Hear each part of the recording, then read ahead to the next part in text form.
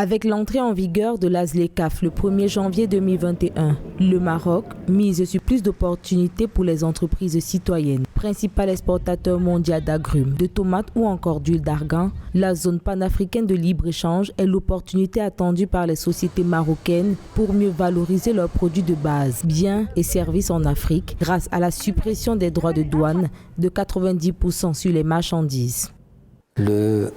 L'ASLECAF devrait être un moteur pour le Made in Africa, pas pour importer de l'extérieur et inonder les marchés africains.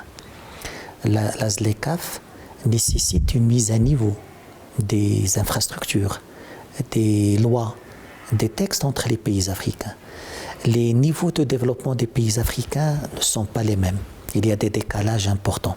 Et l'ASLECAF ne pourra être efficace, utile, que si le travail d'accompagnement, le travail préparatoire est fait d'une manière rationnelle, d'une manière pragmatique.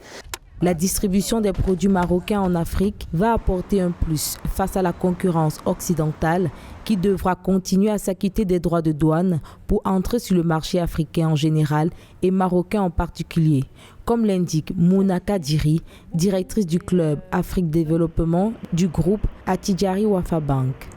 Nous sommes le témoin privilégié d'investissements considérables et concrets. Nous avons vu naître des usines, nous avons vu naître des joint ventures, nous avons vu naître des réseaux de distribution. Sans la zone de libre-échange continentale, dans ce cadre fiabilisé de corridors d'affaires, ces entreprises-là ont généré de la valeur, ont créé des projets entre elles et ont créé des investissements. Certaines se sont rendues compte qu'elles pouvaient importer de la tomate 5 fois moins chère chez le voisin que chez un autre pays.